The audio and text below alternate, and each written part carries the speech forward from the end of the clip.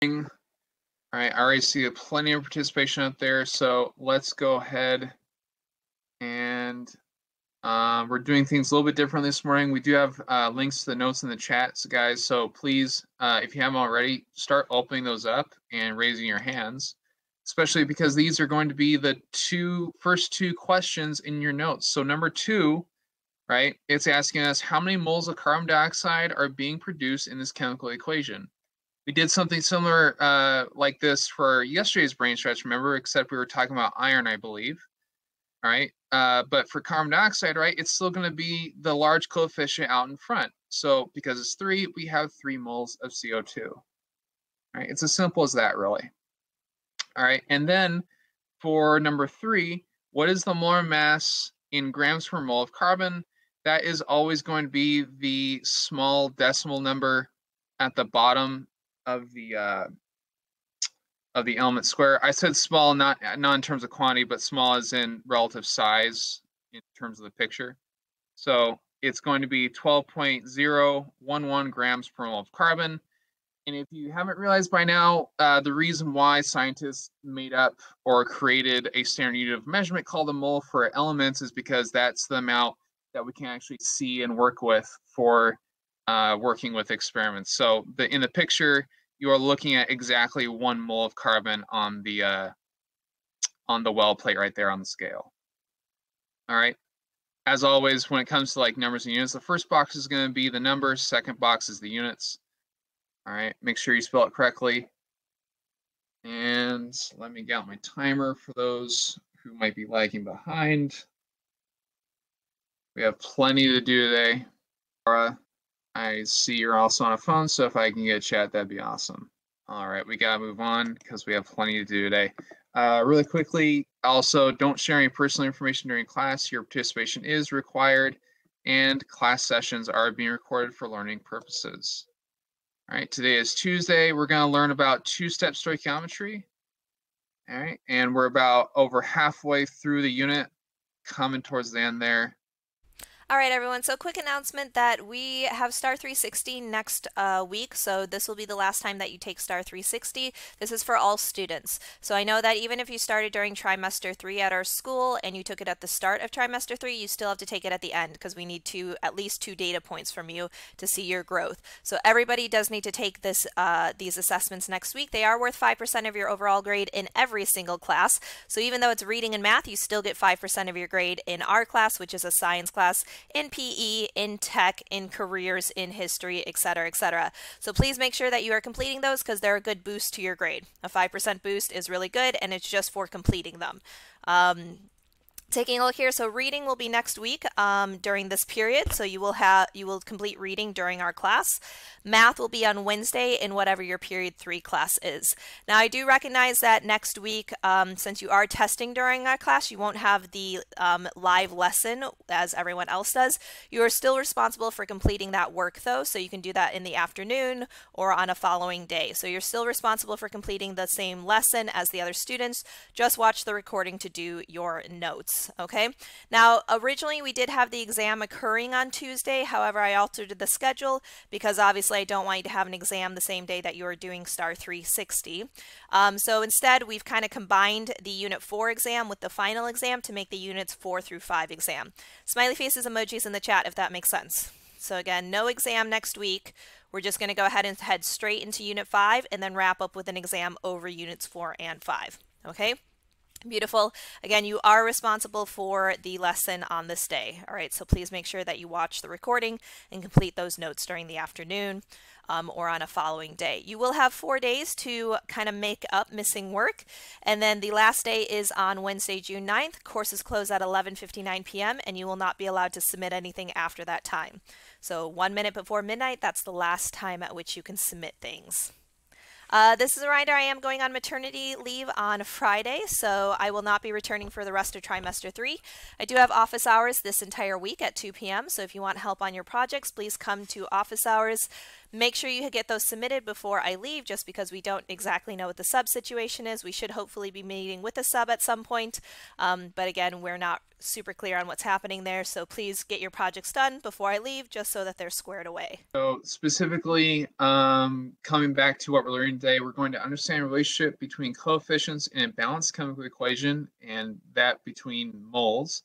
We're going to use the coefficients and moles then to complete two-step stoichiometry calculations, switching between moles and grams between different compounds in the same reaction. All right, I believe most of us already have our notes out, but if you don't already, just please make sure you do. All right, and let's move on from there. All right, so far we've been talking about stoichiometry, which is how we convert from one type of chemical to a different type of chemical, or how we can convert from moles to grams of a chemical.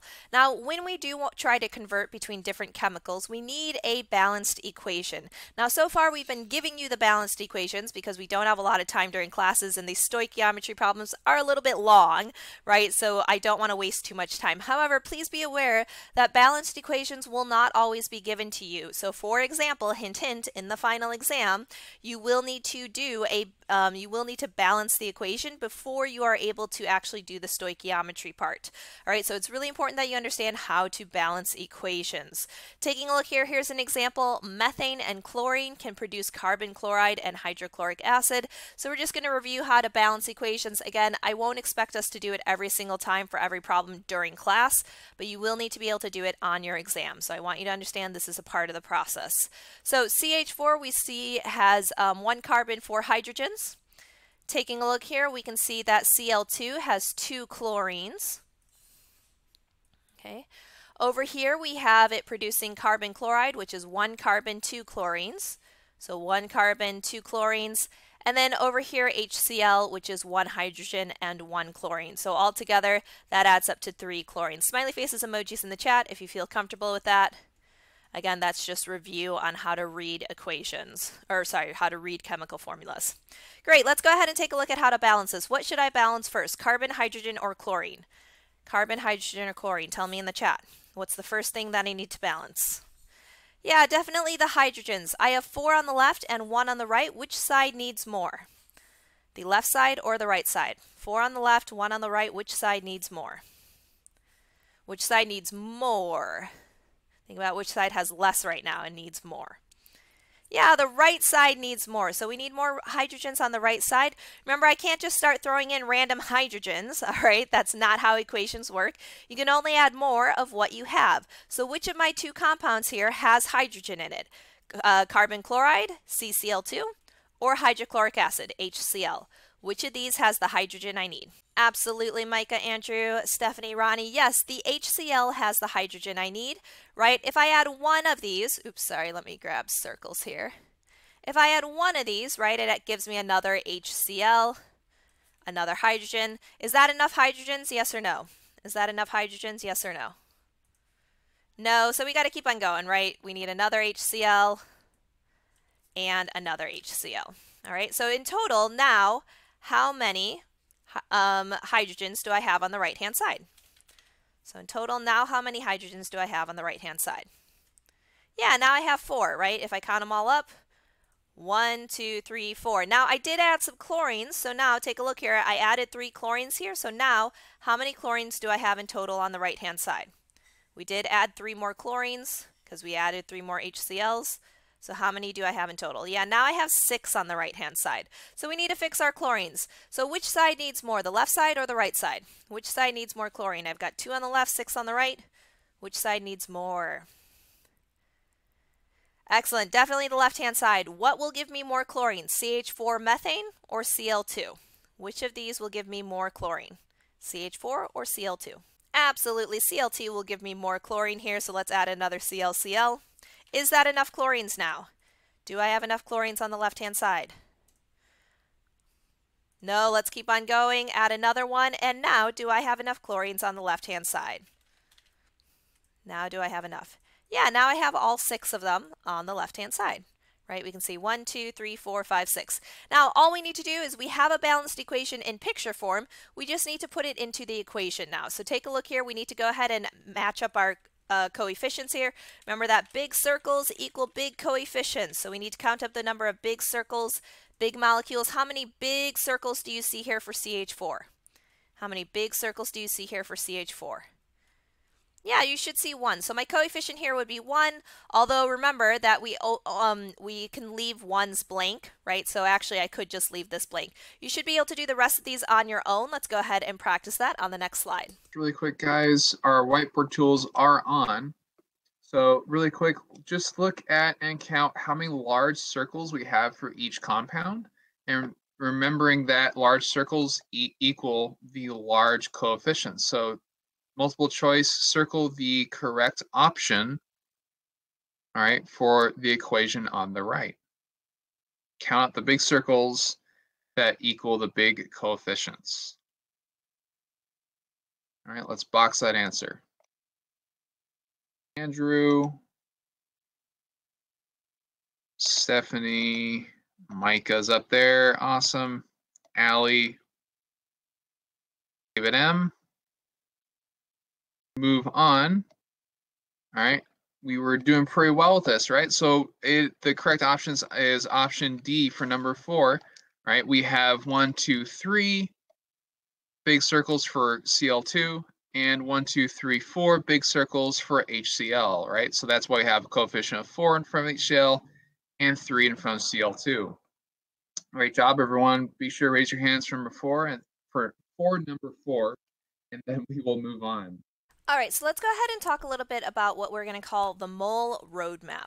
So here's the deal. We have so far learned how to do a couple different things. Yesterday, we learned how to use molar mass to convert between grams and moles, so either grams to moles or moles to grams of the same chemical. And that should make sense because molar mass literally includes the word moles and mass being measured in grams.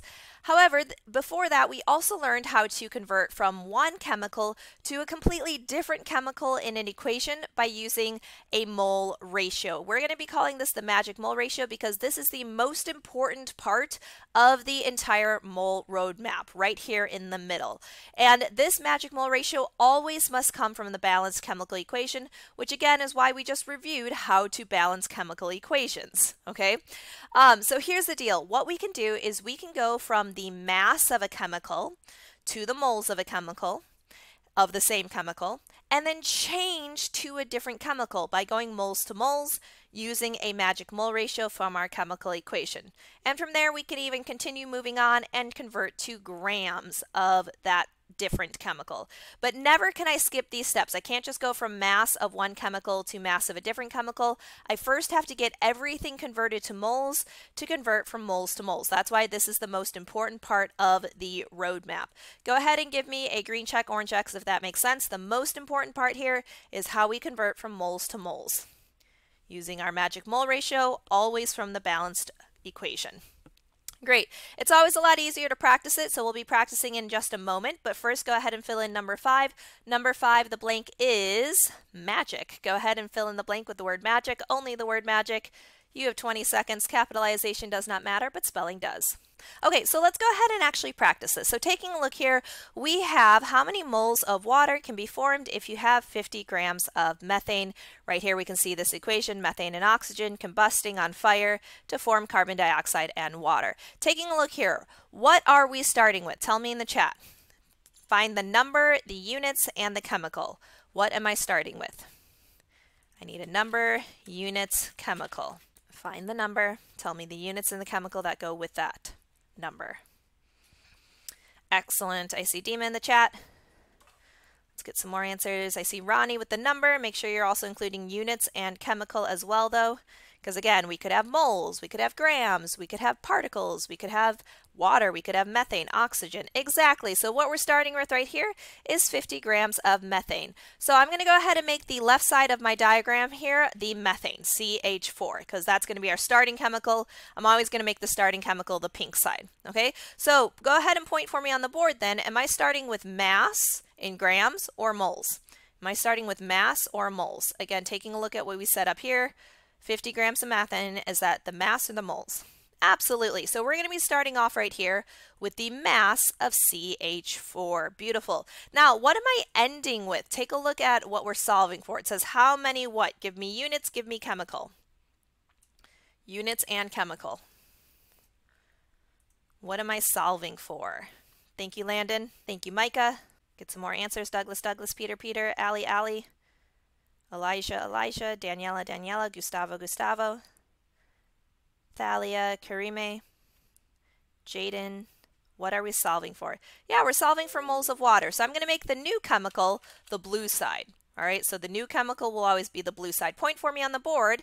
Again, are we solving for moles or mass of H2O? Right?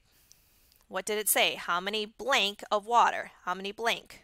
Yeah, it said moles, so we're going to be ending here at moles. Now, last thing we need to think about is what needs to happen first. In the middle, between those two steps, what needs to happen? Go ahead and tell me, what is the middle step? Point for me, where is the middle step in our mind map? Where is the middle step here? To get from here to here, what's the middle step?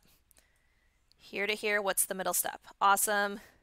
Move over, move to your left, move to your left. That is the middle step. Excellent. Yes, it's not a trick question. Here is our middle step. So what we're going to need to do is we are first going to need to convert the mass of methane into moles of methane. And in order to do that, we need to use molar mass. And take a look here. We know how to calculate molar mass of methane. So let's do it. Tell me in the chat, how many carbons are in methane if it has a blank subscript? How many carbons are in methane? Yes, there is one. And how many hydrogens are in methane? Take a look at its subscript. 4. Beautiful. Yes. And what is the molar mass of carbon? Take a look at its square up here. What is the molar mass of carbon? Thank you. Yes, it's going to be that number at the bottom right here, which is going to be 12.011. And how many, what is the molar mass of hydrogen? What is the molar mass of hydrogen? Take a look at its square up here. Thank you, Stephanie. Thank you, Laura. Awesome. I see Jalen participating. Micah, great. Yeah, so it is going to be 1.008. Again, taking a look at its number at the bottom. Easy peasy. Now again, we only have one carbon, so it's going to be 1 times 12.011, which is easy. Still 12.011. This one though, grab a calculator, tell me what do you get. What is 4 hydrogens? 4 times 1.008. We can't just have the molar mass of 1 hydrogen. We need the molar mass of 4 hydrogens. So 4 times 1.008 equals what? Excellent, David, Stephanie, Andrew, beautiful. Waiting on answers from Douglas. Thank you, Peter. Waiting on Allie, Allie, Allie. Elijah. Daniela, Daniela, Daniela. Thank you, Elijah. Sorry, that's what I meant to say. There we go. Thank you, Nareesh. Waiting on Mary Jane, Mary Jane. Awesome. Yes, you should be getting 4.032. Now put it all together, all right? So we know the molar mass of 1 carbon. We know the molar mass of 4 hydrogens. Let's put it all together to solve for the molar mass of methane overall. So we need 12.011 plus 4.032. What does that equal? Thank you, Micah. Thank you, Andrew, Stephanie, Thalia. Great. Yes, you should be getting 16.043 grams per mole for CH4. Now, we have everything we need. We now have the molar mass of our methane, which is going to help us get from mass to moles of methane. And then to get from moles to moles, again, we're going to use our balanced chemical equation. Again, I did not make you balance this equation here because we've done that in the past. But on an exam, you might need to actually balance your chemical equation. Again, we are bringing it all together, the entire unit. All right, this is going to be number 6. Go ahead and fill in the first box with the number. Second box is your units. So here we go. First box and second box, grams per mole, space CH4. Raise your hands. You have 20 seconds for number 6. All right, so now let's go ahead and actually begin to use this. So taking a look here, we said that we are starting with 50 grams of methane. That is my known. I know a number, I know a unit, I know a chemical. So that goes under my known here. In order to turn this into a fraction, I need to put it over what number? Anything divided by what is still itself. To turn it into fraction, put it over what number? Because anything divided by this number is still itself. Thank you, Thalia. Thank you, David. Yeah, just put it over 1. Great. Now, I want to get rid of grams of CH4. Where does it go in the next step to get rid of it? It's on the top right now. And the next step to divide it out or cancel it out, it needs to go where? This should feel familiar. We've done this several times at this point for the past few days. On the bottom, grams of CH4. Now here's where it gets tricky though. Remember, I said that the magic part of this diagram is that we need to be able to go from moles to moles. So in order to first get to moles of water, before we even get to that step, we need to first get to moles of the same chemical, which in this case is moles of methane. Smiley faces emojis in the chat if that makes sense. Before I can even get to water, I first have to get to moles of the same chemical. First get to moles of the same chemical. Great. All right, so this right here has grams and moles. That means there's a mole and a mass, which means we're taking a look at molar mass. And we already calculated our molar mass, so tell me in the chat what number goes next to moles. Again, this does not come from the problem. It has to come from the standardized, always true measurement here. What number goes next to moles if it's blank? Blanks next to moles mean what? Yeah, blanks mean 1. Awesome. And what number goes next to grams? Again, it does not come from the problem. It needs to come from the standardized molar mass. Taking a look down here. What number goes next to grams? Thank you, Peter. Thank you, Dima. Micah, excellent. Get some more answers in the chat, please. Go, go, go. We have a lot to get through. Please work fast. Thank you, Stephanie. You will need to be able to do this on your own as well, so as always, make sure you're practicing with us. Yeah, you should be getting 16.043, right? Again, that's a standardized, always true measurement. You won't always have 50 grams of methane, so that is not something that you should put next to grams in a conversion ratio, because that is not always true. That's actually our known. Okay? Now, over here, we have gotten rid of grams of methane. I am currently at moles of methane. Is that what I'm supposed to be solving for? Take a look here. It says how many blank of blank. Am I solving for moles of CH4, methane? Yes or no? Tell me in the chat. Is this what I'm solving for? No, so I need to keep going. All right, so moles of methane's on the top here. I want to get rid of it. It goes on the bottom in the next step. I feel like we're pretty confident with that. But on top is finally what I'm solving for. Now that I'm at moles, I can now convert to moles of a different chemical. In this case, what am I solving for again? How many blank of blank? Yes, Landon, exactly. We are solving for moles of H2O. So that goes on top here. Now this mole ratio, moles to moles, again, has to come from something that's always true, something that's standardized. That's our chemical equation now. So moles to moles, how many moles of H2O, how many moles of water are in the equation? What goes on top? How many moles of water are in the equation? Yeah, there are 2. And how many moles of CH4 are in the equation if we have a blank subscript, or sorry, blank coefficient? Blanks mean 1. Beautiful. So at this point, we've now gotten rid of moles of CH4, and I'm left with moles of H2O. All right, is that what I'm supposed to be solving for? Moles of H2O. Tell me in the chat. Is that what I'm solving for? How many blank of blank? Yeah, so this is a good setup. So now we just need to go ahead and multiply it out. This is, once it's set up, the hardest part. Take a deep breath, because after that, it's very easy. It's just like every other problem that we've done so far. So on top, 50 times 1 times 2. What does that give me? Tell me in the chat. Let's get some more answers. Ronnie, Julie, Ronnie, Douglas, Peter. Let's get Allie. Thank you, Andrew. Thank you, Douglas. Thank you, Thalia. Thank you, Kathy. Karime.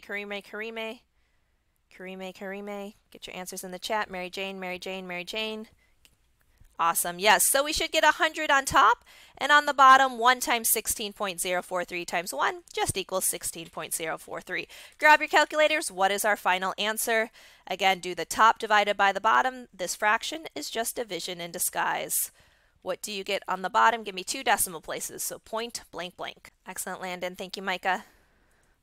Oh, Micah, you typed faster than I could tell you about the decimals. Great. Yes, you should be getting 6.23. And again, units left over should be moles of H2O, which we already determined is what we were solving for, right? So our final question here is, with 50 grams of methane, we can make 6.23 moles of water. Great job, everyone. This is going to be number 7. First box is our number, and our second box is going to be the units, MOL space H2O. Again, that is an O, all right, and you don't need to do anything special with the number 2.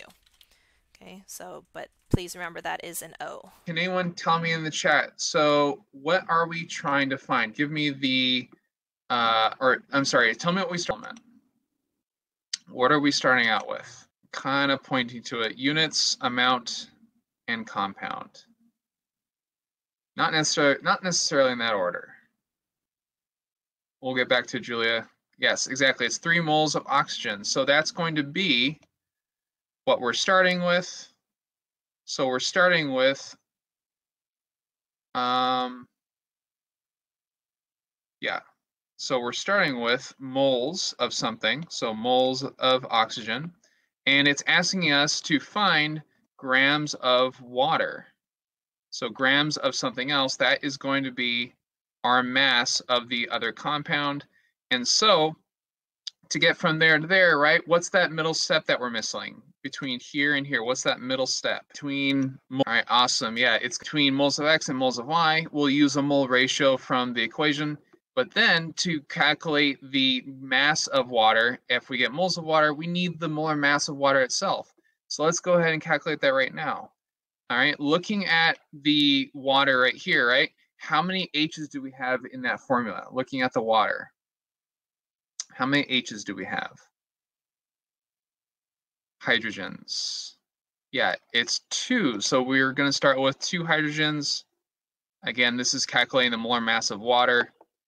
And then how many oxygens do we have? 1, exactly.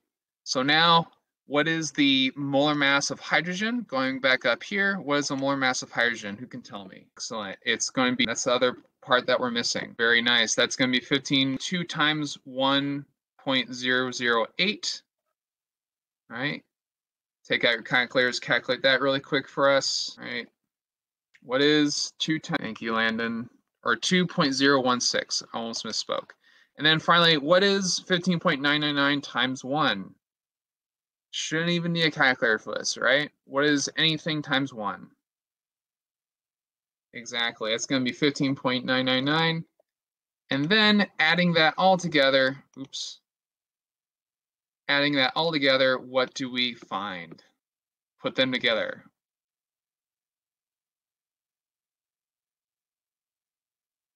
.015. So again, our process that we would do if we were solving for the grams of water is that we would use the equation to go from moles of oxygen to moles of water, and then we would use the molar mass of water to convert from moles to grams of water. Awesome, everyone. So let's go ahead and write this down for number 8. Let's do this quickly. All right, again, number goes in the first blank, units go in the second blank. Let's go, go, go. Great. All right, let's go ahead and put it all together. This one you need to be able to finish on your own, but we're going to go ahead and set it up together because that's the hardest part, and I want you to feel confident with this. So we know that we are starting with 3 moles of oxygen O2, so that is my known. I have a number, I have units, and I have a chemical. That's what I start with. Taking a look here, I want to put it over 1 to turn it into a fraction.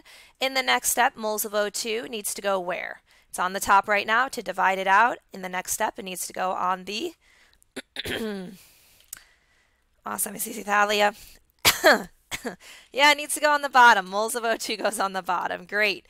Now, when I convert here, again, I first need to go from moles to moles of my new chemical. So on top here, what should I be putting?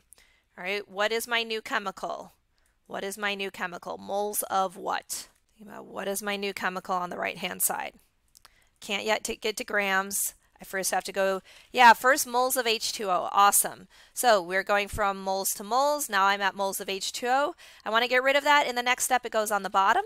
And finally, what am I solving for on top here?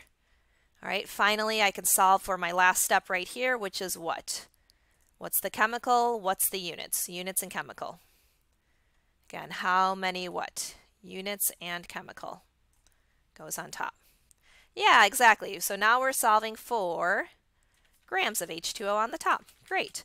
All right, so that got rid of our moles of H2O. I'm left with grams of H2O. That is exactly what I want. Let's go ahead and fill in our conversions. Again, to go from moles to moles, we need to use something that is standardized and always true. That's going to come from our balanced equation, not the problem, the equation. So taking a look here, how many moles of H2O are in our equation? How many moles of H2O are in the equation? Thank you, Ronnie, Thalia. Excellent, everyone. Yes, 2. And how many moles of O2 are in the equation if we have a blank? Blank coefficients mean? Blank coefficients mean 1. And to go from moles to grams, again, we need something that's standardized and always true. That's the molar mass that we calculated earlier. So what number should go next to grams in this conversion? Again, we need something that's always true here. What number goes next to grams? The number we calculated on the previous slide is 18.015. Yes, and on the bottom, what number goes next to moles? Again, next to moles we have a blank, and blanks mean what? Blanks just mean 1. So we have it set up. You should be able to do the rest here. So let's go ahead and take a look here. Again, we're left with grams of H2O. That is what we're solving for. So taking a look here. On top, you've got 3 times 2 times 18.015. Do not put answers in the chat. On the bottom, 1 times 1 times 1. Once you have the top, once you have the bottom, do top divided by the bottom to get your number. Final units here should be grams H2O. Don't do anything special with the 2. Remember that O is an O, not a 0, and make sure there is a space between grams and H. All right, go ahead and solve that for me. You have 45 seconds to raise your hands or send me a chat. Again, check your answers. Multiply the tops, multiply the bottoms, top divided by bottom. And the moles, and we carried out 2-step stoichiometry calculations. All right, we're running a little short on time, so if you haven't already, please go ahead and submit your notes. All right, if you need to go back and look at anything, I see you, Jalen, then stay behind for a little bit. Everyone else, please go ahead and log yourselves out. Have a great day, and we'll see you guys tomorrow.